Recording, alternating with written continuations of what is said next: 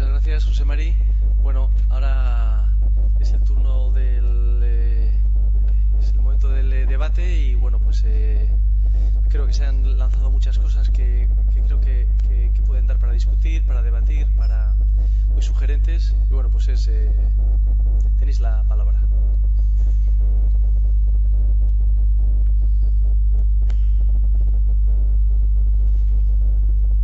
Sí. ¿Hay algún micrófono? ¿Alguien con...?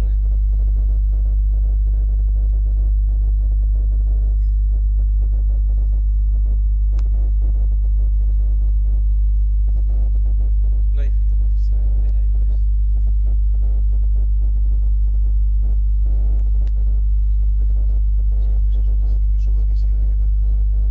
Ah, sí, vale. Sí, sí. ¿Un micrófono aquí, por favor? Gracias.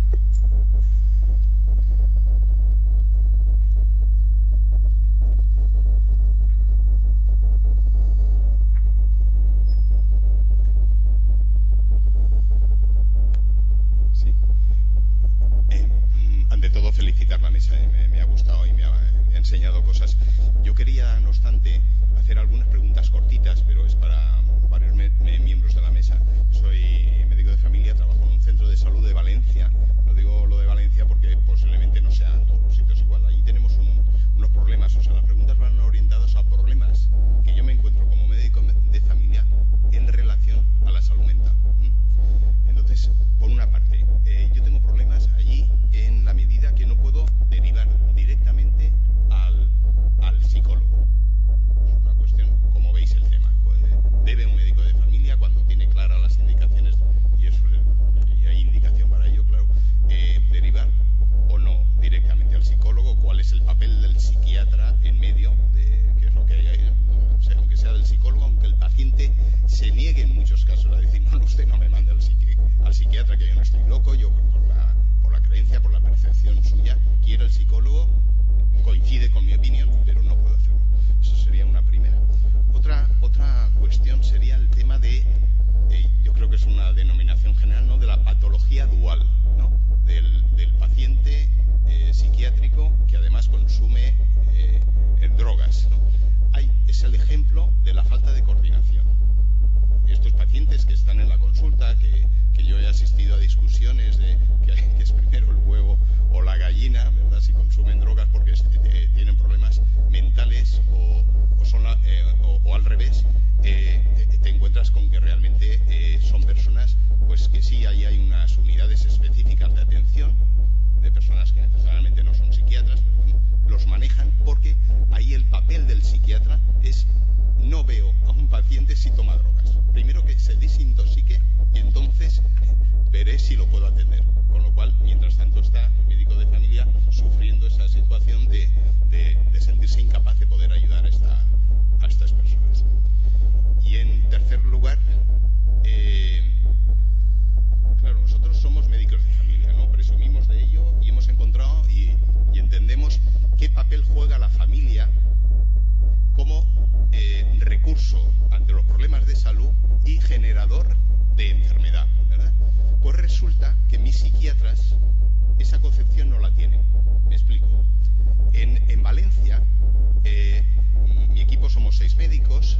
Si yo tengo una familia, y nos esforzamos evidentemente por ser el médico de toda la familia. Hicimos, no sé si es en todos los sitios igual, nosotros hicimos y nos va muy bien porque conseguimos, yo soy el médico, mi centro está en un barrio de Valencia, yo soy médico de toda una calle, de la población que vive en una calle. Evidentemente, si nadie solicita un cambio de médico, soy médico de todos los miembros de una familia. Si yo tengo una familia en la cual hay 3 personas con problemas de salud mental, tengo en la derivación a la unidad de salud mental, son atendidos por 3 psiquiatras diferentes por razones que nunca he entendido. Hasta aquí. Gracias. Gracias. Por si queréis, Conchi. ¿Funciona? Sí.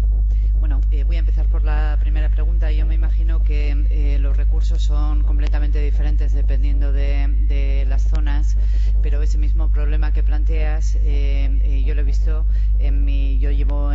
mismo centro de salud mental trabajando cerca de 30 años y las políticas con respecto a qué se hace con las derivaciones que vienen con apellido, quiero decir que vienen ya directamente dirigidas al psicólogo, que quieren una valoración farmacológica, que es lo que se hace, se ha variado completamente de criterio. En un principio, dependiendo, se ha variado por temporadas. Quiero decir que este tipo de cosas no se trabaja ni siquiera de una forma uniforme en todos los centros, no está consensuado y muchas veces tiene que ver con un aspecto fundamental del que se ha hablado en esta mesa, que tiene que ver con la colaboración entre atención primaria y salud mental. Cuando en mi centro de salud mental ha habido una colaboración muchísimo mayor y mucho más activa, de tal modo que nos veíamos regularmente, por lo menos una vez al mes. Para este tipo de derivaciones no solamente no había ningún tipo de inconveniente, sino que se fomentaban, porque el médico de atención primaria tenía claro cuáles eran los criterios por los cuales se derivaba concretamente a una intervención psicológica, pues porque habitualmente o no había posibilidad de intervención farmacológica o esa intervención farmacológica no presentaba problemas pero necesitaba algo más, algo en ese sentido diferente. Otro de los problemas que nos encontramos también son falta de recursos. Por ejemplo, no en todos los servicios de psiquiatría, por lo menos a nivel de Guipúzcoa, no en todos hay psicólogos. Y muchas veces este tipo de atención se supone que la pueden también ofertar nuestros compañeros psiquiatras, pero lógicamente por temas de presión y porque pueden trabajar también con medicación, pues habitualmente no se oferta lo que es directamente un tratamiento psicológico como tal. Yo esta dificultad sí que me parece que sería una dificultad a trabajar dentro de la coordinación entre atención primaria y salud mental. Bueno, a las otras dos preguntas te contesto yo un poco. Con el tema de las drogodependencias y la psiquiatría general, en una gran parte de comunidades autónomas de este país tenemos un serio problema. Porque los duales somos nosotros, no los pacientes. Los pacientes tienen un problema y muchas veces tienen dos vías de solución o de complicación de su historia. Estamos mal organizados. Nosotros aquí llevamos tiempo empeñados, tenemos psiquiatras que trabajan en drogodependencias y psicólogos integrados en los propios centros de salud mental, pero aún así a veces es dificultoso. Y este es un problema serio, que habría que planteárselo alguna vez de otra manera. Tiene que ver con muchas cosas, tiene que ver con cómo se ha organizado históricamente la atención a las drogodependencias en este país, lo mal que la ha asumido la sanidad en general, lo mal que lo hemos asumido los propios profesionales. Son pacientes estigmatizados, claramente. Los profesionales que los ven muchas veces también están estigmatizados por sus propios colegas, ¿no? Y esto tiene repercusiones y hay cosas en las que hay que hablar. Esto ocurre en muchos sitios, es un problema grave. Y del último que has hablado me parece todavía más grave, porque nosotros hemos vivido aquí también ese problema alguna vez, ¿no? Es lo que tiene el modelo biomédico llevado a sus últimos extremos, incluso dentro del campo de la psiquiatría. Nosotros ahora tenemos fortísimas corrientes biologicistas dentro de la psiquiatría. Yo he conocido psiquiatras que casi se niegan a hablar con los pacientes porque opinan que solo tiene que hacer el psicólogo. Estas cosas pasan. Entonces no me extraña tanto que a varios pacientes de una familia los vean diferentes psiquiatras, ¿no? Porque probablemente están movidos por orientaciones de este estilo, ¿no? Si hubieras tenido suerte de contactar o de tener cerca a algún terapeuta familiar o algún psicólogo que los tenéis y muy buenos en la Comunidad Valenciana, ¿no? Que pudiera haber abordado el paciente de otra manera, probablemente hubieran trabajado con todo eso de otra forma. Pero es que ahora mismo estamos todos sometidos al albur de lo que tienes al lado, porque la variabilidad clínica, las diferencias de unas comunidades autónomas a otras, lo que la gente hace con su saber o su no saber, está condicionando un montón de cosas. Necesitamos bastante orden para poder funcionar mejor en todo esto, que por cierto saldría también más económico, pero bueno, esa es otra cuestión.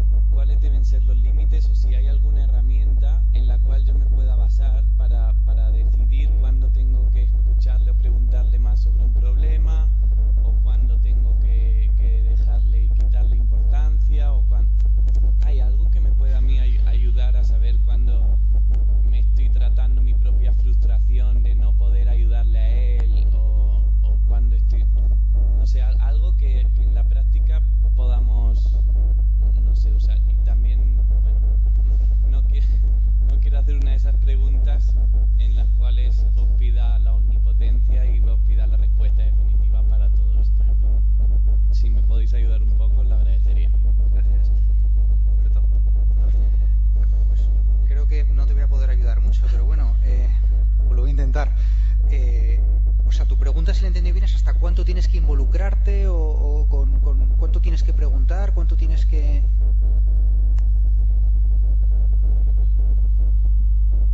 Bueno, o sea, si la psicoterapia, que en parte creo que hacemos día a día, bueno, o lo que podríamos mal llamar psicoterapia, según la diapositiva que ha puesto Conchi, pues no es lo que tenemos que hacer, que sería lo que deberíamos de hacer sin llegar a convertirnos en especialistas psicoterapeutas, que en principio tampoco somos. O sea, decirte lo que tienes que hacer me resulta muy complicado y además es que no me siento capaz de... Imagino que lo que tenemos que hacer siempre es explorar, ¿no? Y ver pues cómo es el sufrimiento de ese paciente, bueno, pues explorar hasta donde tú consideres que te estás enterando y estás haciendo una escucha de todo lo que le está pasando al paciente.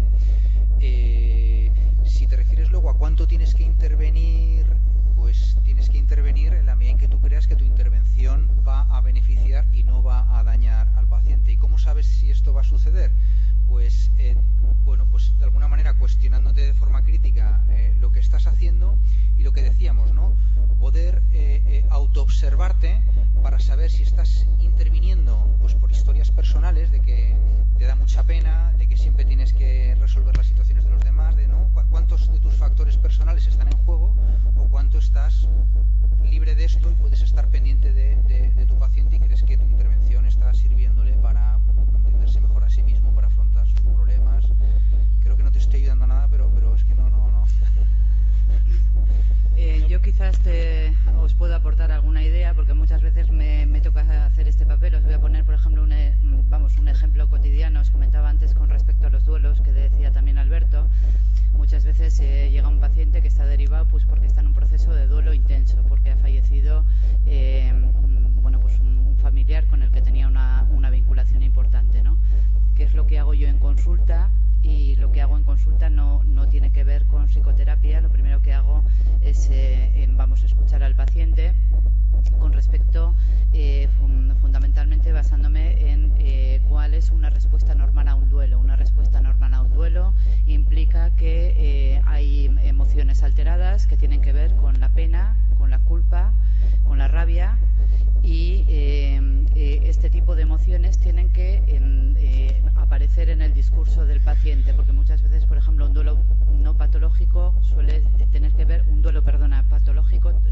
ver con emociones no expresadas que aparecen a través de somatizaciones en los meses posteriores al fallecimiento. Entonces, si todo este tipo de situaciones, aunque sea intenso, están adecuados a la situación, lo que acabo haciendo con el paciente es explicarle que está en un proceso de duelo, que es absolutamente normal, lo cual no significa que no sea doloroso, pero que no forma parte de una patología psiquiátrica, que afortunadamente no hay una complicación, por lo menos de ese tipo, que de todos modos su médico de cabecera tendrá que valorar dentro de un periodo cercano a un año, porque los duelos están, la duración de los duelos está entre 1 y 2 años, si hay complicaciones o le parece que en un momento determinado tiene que volver a nuestra consulta. Es decir, se le hace una indicación de no patología, no tratamiento. Yo creo que hemos avanzado mucho, pero todavía nos sigue... queremos copiar en esto lo que hacemos en otros, ¿no? ¿Cuándo derivo un paciente al nefrólogo? Hombre, pues cuando la insuficiencia renal es, que tú vas y al endocrino, hombre, pues cuando la glicosilada, cuando tú no puedas, ¿cuándo? Yo creo que esto lo estamos construyendo. Veremos hasta dónde llegamos. Pero, o sea, nuestro compromiso y una de las razones por las cuales se creó esta especialidad es atención primaria de salud y de atención a las personas. Porque si no, yo desde luego sería partidario de cerrar la persiana. Porque va a hacer falta un especialista, un profesional que sea capaz de tratar personas. Y si nosotros no asumimos ese rol, pues los psicólogos tendrán que aprender medicina de familia y lo haremos. Para mí la pregunta es, y la pregunta sin respuesta y la pregunta sobre todo para la reflexión es, ¿qué necesitamos? necesita? O sea, ¿qué habilidades comunicacionales, qué conocimientos necesita un médico de familia para atender personas? Porque luego, independientemente de lo que hagamos, tienes que atender pacientes terminales. ¿Y qué pasa cuando estás con esos pacientes? Que te vas a centrar en el dolor en la boca, el estreñimiento. Habrá que tratar otros temas. Es decir, las habilidades que necesitamos para tratar esos temas, para tratar con un paciente terminal, yo creo que son las mismas, esa es al menos mi hipótesis, que las que necesitamos con otros pacientes. Yo sí creo que hemos mejorado mucho, porque se ha mejorado mucho en habilidades comunicacionales, desde que está la entrevista clínica en formación de residentes. Y es necesario, porque las herramientas esas, que cada vez estoy más convencido que más que el nombre de la intervención, ese inespecífico es fundamental. Es fundamental. El encuadre, la cordialidad, la empatía, pero esas no son palabras. Esas son actitudes que luego el cómo se hace nos cuesta. Yo creo que un médico de familia tiene que saber de crisis normativas y de no normativas, es que tiene que saber. Porque si no sabemos, hacemos iatrogenia, que no me interesa curar, pero al menos me interesa no perjudicar y no hacer daño. Si yo no sé que después de un duelo lo normal, hasta lo saludable, es estar triste y llorar, pues igual le medico porque me apuro yo. Es decir, eso debe de saber por qué, pero si no, debe de saber no tanto por meterse en este campo, sino desde mi punto de vista porque si no, hace iatrogenia. En este sentido, y lo que hacemos, todos hacemos, si es psicoterapia, psicoeducativo, las palabras a mí no tienen mucho valor. Pero damos consejos. Entonces, la creación, el acuerdo, el consenso de los mínimos que tienen que tener, eso se llegará, pero se irá avanzando y yo creo que se irá cambiando. Porque cada vez hay más experiencias de que las personas, médicos de familia que entran superan ya el modelo de enfermedad y entran en otros aspectos, pues están encantados. En San Ignacio ya con el tema del programa del BTS depresión, ya hay enfermería que hace psicoeducativo, ya no a diabéticos o EPOC, sino a depresión leve. Yo comparto la sala con otro doctor, Javi González, que estuvo en un curso de terapia motivacional y está encantado. Es decir, vamos consiguiendo cosas. ¿Hasta dónde tenemos que llegar? Yo lo último que he escrito, ya pongo, lo único que quiero llegar es a un acuerdo compartido con el paciente.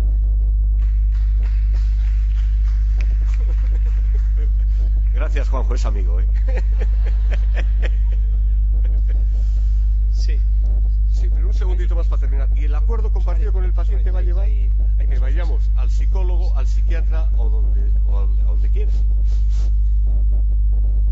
Sí, perdón. No, yo soy Ana Barrena, trabajo en Recalde, en el Centro de Salud de Bilbao. Daros las gracias a todos. Y pues yo tenía, en el fondo, era la misma cuestión, o sea, era la cuestión de qué herramientas en consulta. Necesitamos herramientas para la entrevista clínica, que es fundamental, que igual que en la crisis asmática, lo que decías, pues sabemos muy bien lo que tenemos que poner, pues en la crisis de angustia, pues a lo mejor también, pero luego qué seguimiento haces, ¿no? O sea, ¿dónde están esas herramientas? Y luego, por otro, porque pues desconozco esas herramientas. Yo llevo mucho tiempo trabajando, sé escuchar, sé callarme, pero no sé pues si tengo que ponerle un pulmicor una vez al año, o si le tengo que pedir una espirometría, pues no sé lo que le toca hacer al ansioso, o dejarle en paz y que cuando vuelva pues escucharle otra vez y ya está, ¿no? No sé qué herramientas o qué seguimiento hay que hacer, ¿no? Y luego, por otro lado, también me ha sorprendido, o sea, un poquito lo de los que compartimos con primaria. Más bien yo le daría la vuelta a los pacientes que compartimos con primaria. Más bien es nosotros los que compartimos con salud mental, porque en realidad están todos, ¿no? Y también a lo mejor habría que colaborar un poquito, yo pensando, pues, todos los difíciles, los esquizofrénicos, los psicóticos, o los que toman medicación antipsicótica, me da igual el nombre que se ponga, ¿no? Más que nada porque tienen también, por ejemplo, riesgo cardiovascular muy aumentado y tienen una calidad de vida mucho más baja, ¿no? Y desde ahí también pues habría otra inquietud, ¿no? O sea, que eso es a compartir un poco también desde ahí. Muchas gracias. Yo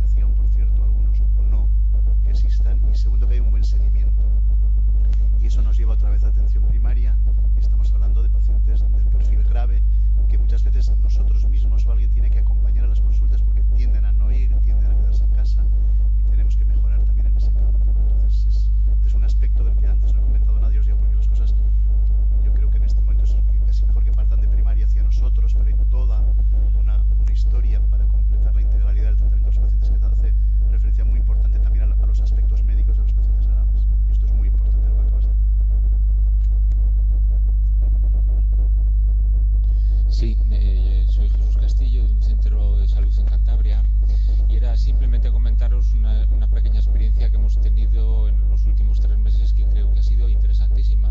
Y ha sido que hemos tenido un PIR en el centro de salud.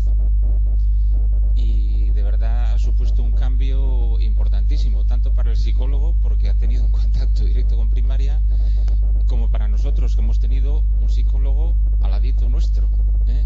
Entonces la evaluación que se ha hecho tanto por parte de pacientes como médicos ha sido una experiencia tremendamente positiva. Vamos a tener la suerte de volver a tener otro PIR después del verano y, hombre, ha abierto un campo de actuación que yo creo que tiene que animarnos, ¿no? Dentro del modelo biopsicosocial nos ha permitido resolver al momento o tener el acompañamiento de una persona experta que nos ha permitido evitar un montón de derivaciones y actuar de forma orientada respecto a lo que había que hacer con estos pacientes, aparte de la intervención breve que ha hecho el psicólogo. Yo creo que está muy en línea con todo lo que estáis proponiendo y que probablemente los médicos de atención primaria lo que más necesitemos es más apoyo de los psicólogos que de los psiquiatras, porque la patología mental que nosotros tratamos en los centros de atención primaria en general estamos manejando, yo creo que aceptablemente bien. Los casos difíciles, por supuesto, van a salud mental, pero el tener un experto que nos ayude en lo que es el modelo biopsicosocial, sobre todo el psicosocial, a mano, ha supuesto un cambio importantísimo y es una experiencia que yo no sé si en otros sitios se podría extender, pero los PIR en primaria, encantados de recibirlos, ¿eh? Muchas gracias. Estoy encantada de oírte. A mí me parece, por eso os comentaba que es una oportunidad absolutamente única y efectivamente me parece que es por las dos partes. Quiero decir que nosotros tenemos como psicólogos muy poca experiencia con respecto a atención primaria y nos interesa muchísimo, ¿no?, ver cómo funciona precisamente el día a día en este ámbito. Pero además yo creo que es una oportunidad, como comentabas antes en la intervención, entre los nervios y, bueno, pues me es difícil a veces decirlo todo, ¿no? Pero una de las cosas que, por ejemplo, también puede ayudar el psicólogo en ese sentido a un equipo de atención primaria tiene que ver con la detección de patologías que muchas veces son graves psiquiátricas que nos pasan desapercibidas porque no son personas que frecuentan mucho ni que son muy quejosas y que sin embargo no las detectamos, ¿no? Pues por ejemplo en ese aspecto yo creo que también puede aportar mucho. Esperemos que con esta experiencia de rotación vayan surgiendo ideas y trabajos comunes que hacer, que yo creo que nos queda, la verdad es que mucho y que nos va a ayudar a todos mucho. Gracias. Sí, por favor. Yo quisiera comentar, al principio de todo ha intervenido el compañero de Valencia, yo también lo soy, y trabajo en un área de salud limítrofe con la suya, a solo 30 kilómetros. Y comparto lo que habéis comentado en la mesa de que la variabilidad es extrema. O sea, solo 30 kilómetros al sur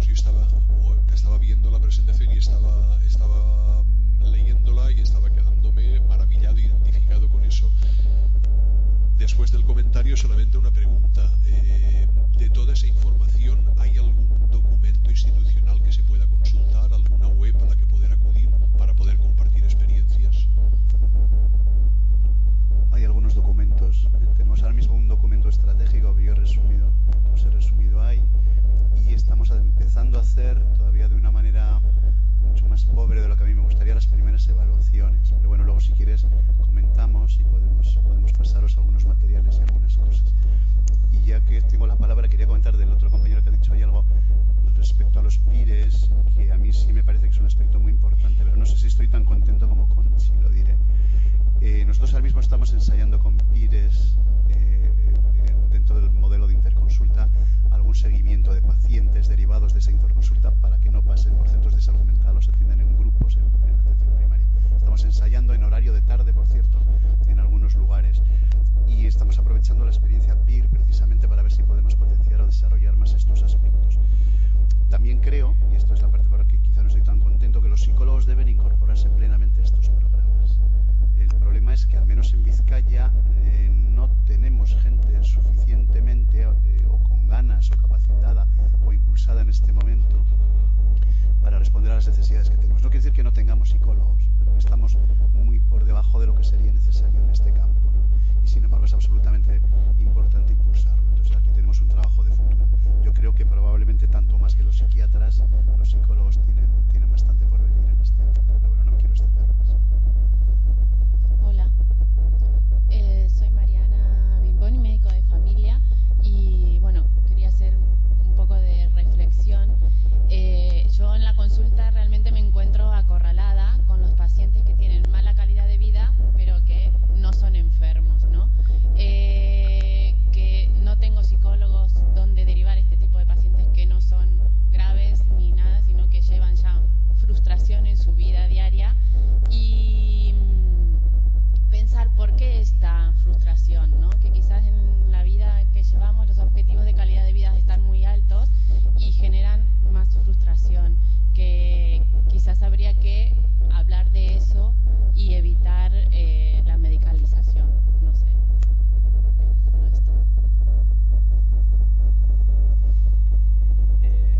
Ya es un poco tarde. ¿Hay alguna otra intervención pendiente? Si te parece, Crónicas, y bueno, luego ya vamos un poco a contestar. Sí, yo darles la enhorabuena a la mesa y la pregunta es para el doctor Alberto Ortiz. Está claro que en el duelo no es una depresión, es un duelo. Ha perdido al familiar y está llorando, está triste, pero si está 3 meses y está que no duerme y está con insomnio y está con ansiedad, vamos a estar siempre diciéndole, no, es normal, es un duelo, estás triste, eso es normal. ¿Hacemos algo o qué hacemos? Gracias. Sí, está muy bien lo que planteas. El duelo es normal, pero a veces tiene emociones o síntomas que interfieren mucho con la vida cotidiana. Si un paciente tiene un duelo normal, pero está durmiendo fatal y está yendo a trabajar y no ha perdido, está normalizando su vida, yo no veo inconveniente en recetar una benzodiazepina durante unas semanas hasta que se normalice su... Es decir, esto sería un tratamiento, pero sería una cosa muy sintomática, muy puntual, ¿no? Por otra parte, tendrías que legitimar su reacción emocional como buena, como adaptativa, como sana, y sí, esto me parece que es muy lógico. No consideraría que el dar un Orfidal por las noches sea una cosa... No, me parecería que sería lo correcto, de hecho. No es lo mismo que catalogarlo como un enfermo, ¿no? Que necesita un tratamiento antidepresivo, psicoterapéutico. Me parece que es otra cosa.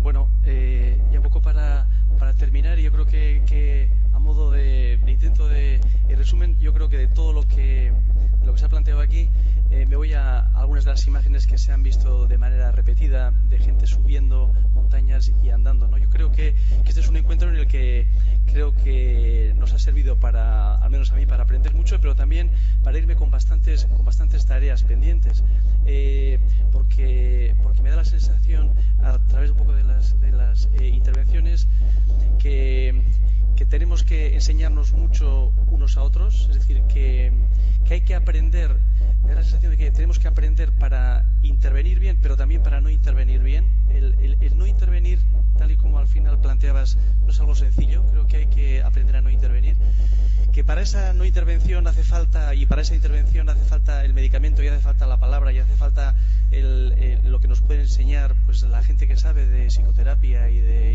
intervención y de comunicación. Yo creo que eso es cierto, es decir, que la colaboración entre niveles y entre disciplinas no es solo rellenar mejor o peor el volante de derivación, que además además parece que también tendremos que incidir algo en las organizaciones en las que trabajamos, porque como comentaban los compañeros, pues la heterogeneidad es grande. No es lo mismo tener psicólogos que no tener psicólogos, no es lo mismo tener medios de acceso fácil a las guías de práctica clínica o al psiquiatra para poder compartir pacientes que no tenerlos, y entonces eso es importante no perder de vista que también nosotros formamos parte de organizaciones que tienen que estar al servicio del paciente, ¿no? Porque en última instancia, y con esto yo termino, un poco de lo que se trata es que de todas esas fuentes de enseñanza y de todas esas fuentes de colaboración no nos olvidemos un poco lo que comentaba José Mari, ¿no? Que al final lo que hemos de pretender es mejorar en nuestro compromiso con ese paciente, ¿no? Bueno, pues muchas gracias a todos.